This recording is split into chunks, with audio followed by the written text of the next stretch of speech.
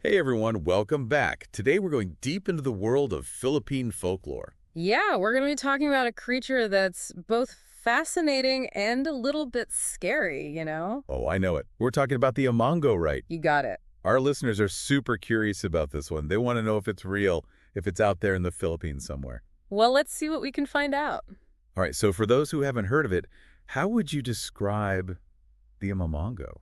It's this hairy, man-sized creature, kind of ape-like. Okay, so kind of like big and scary looking. Yeah, you could say that. And the name itself, Amongo. It's pretty interesting, Oh, right? definitely. It supposedly comes from Amo, which means ape in Hiligaynon. Hiligaynon, that's a language in the Philippines, right? Exactly. It's spoken in some parts of the country. But hold on. I've also heard it could mean gorilla. Ah, yes, that's where things get a little tricky. Because there aren't any gorillas in the Philippines, right? Not today, no. But it makes you wonder, doesn't it? It really does. So maybe an ancient connection. Or maybe tales of gorillas from other places somehow made it into the local stories. It's possible. We're talking about folklore that's been passed down for generations, so who knows how it all started. That's so cool. So we've got this maybe misnamed creature, Yeah. but what about how it acts? There's that folktale, a Mongo and a Payaput, right? Right. The ape and the firefly. Okay, the ape and the firefly. What's the Amongo like in that story? Well, he's definitely not a friendly giant. More like mischievous, even a bit menacing. Oh, that's not good. Makes it even scarier. And then there's that incident that happened in 2008 in La Castellana, Negros Occidental. Oh, yeah. That one caused quite a stir. It wasn't just a story. This was reported as a real attack, wasn't it? It was. Two residents, Elias Galvez and Salvador Aguilar, were supposedly attacked by something matching the Amongo description. Wow.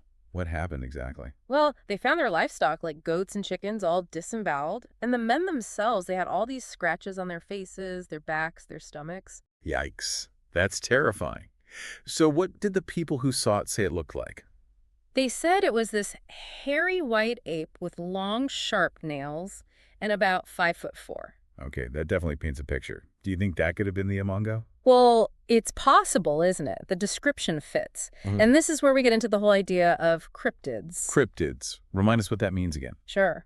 Cryptids are animals whose existence hasn't been proven by science. They're like those creatures we hear stories about but never really have solid evidence for. So like Bigfoot or the Loch Ness Monster. Exactly. And the Amongo, with all these sightings and stories, it kind of falls into that category too. So we have these glimpses, these tales, but no real proof. That's right. Hmm. And a lot of scientists, they're skeptical. They think maybe people are mistaking other animals for the Amongo. Like what? A large monkey, maybe, or a bear. Or they think maybe the stories have been exaggerated over time. But there are so many reports.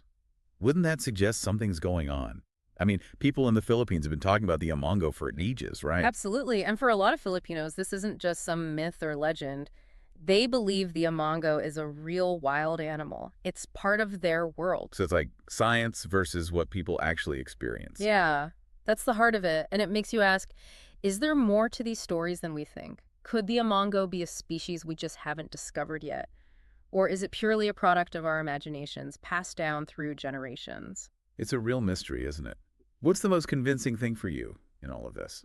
You know, it's the fact that the descriptions are so similar, even across different stories and sightings, and that these stories are so deeply rooted in Philippine culture. It makes you wonder, what if there is some truth to them? That's a great point. Definitely leaves us with more questions than answers. It makes you think about what might be out there, hidden in the shadows. Maybe one day we'll know more, but for now, the mystery of the Amongo continues.